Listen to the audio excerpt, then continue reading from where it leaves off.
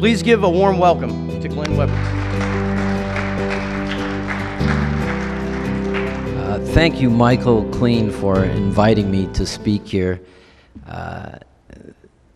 You know, I have to apologize to Mike. He had asked me to speak, and you know, I sat down with him, and a conversation that he probably, you know, we both agreed was going to be confidential in many respects, but it was just about this race. And I have to apologize to him because I was still kind of stinging from losing the election myself, and I was very cynical and feeling very cynical. And, you know, I peppered him with a lot of questions about, well, you know, what about this and what about this, and, you know, all the obstacles that I, you know, was faced with, and in many ways, you know, wasn't able to overcome.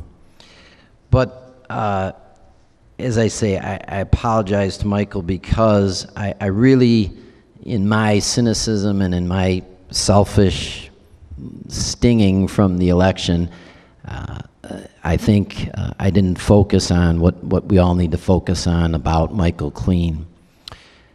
You know, I've known him for not a long period of time, but Mike was the kind of guy that was there for me whenever I needed him. And, you know, not because we were pals or grade school buddies or some kind of necessarily a friendship, although I do consider him, of course, a friend, but because he's a principled conservative and a believer in the cause.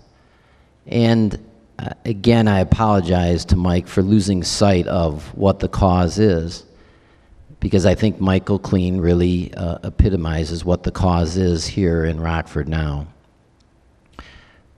You know, as it's been stated by the earlier speakers, and I won't go into detail, Rockford is a miserable place to live in general. And it's miserable because of Larry Morrissey, and because, of course, of Joe Bruscato, and because of Larry Morrissey's regime. And has had 8 years to make it a less miserable place, and he's been a miserable failure. And Michael Kleen is a very principled man in the short time I've got to know him. And what has really impressed me, and I did not say it to Mike, and I'm here to say it now, is his unshakable enthusiasm and integrity for the conservative cause.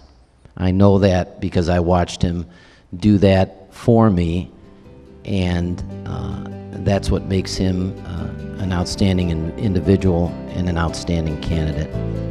And so, again, Mike, I thank you for allowing me to speak here on this situation, and thank you and good luck.